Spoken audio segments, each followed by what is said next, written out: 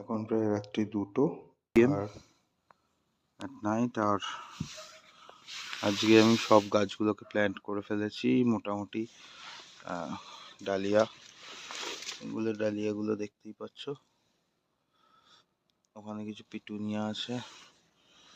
এদিকে আমার পুরো গাছের সেট আপ, বড় বড় গাছের সেট আপগুলো এখানে।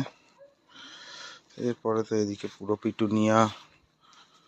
মোটামুটি ছাদের এবছরের জন্য তৈরি। এখানে পেয়ারা গাছ রয়েছে একটা, লাউ গাছ, ট্যামারিন্ড, এগুলো সব রয়েছে। সূর্যমুখী, এই হলো ডালিয়ার এবছর। এটা আমার একটা চন্দ্রমল্লিকার ঝাড়।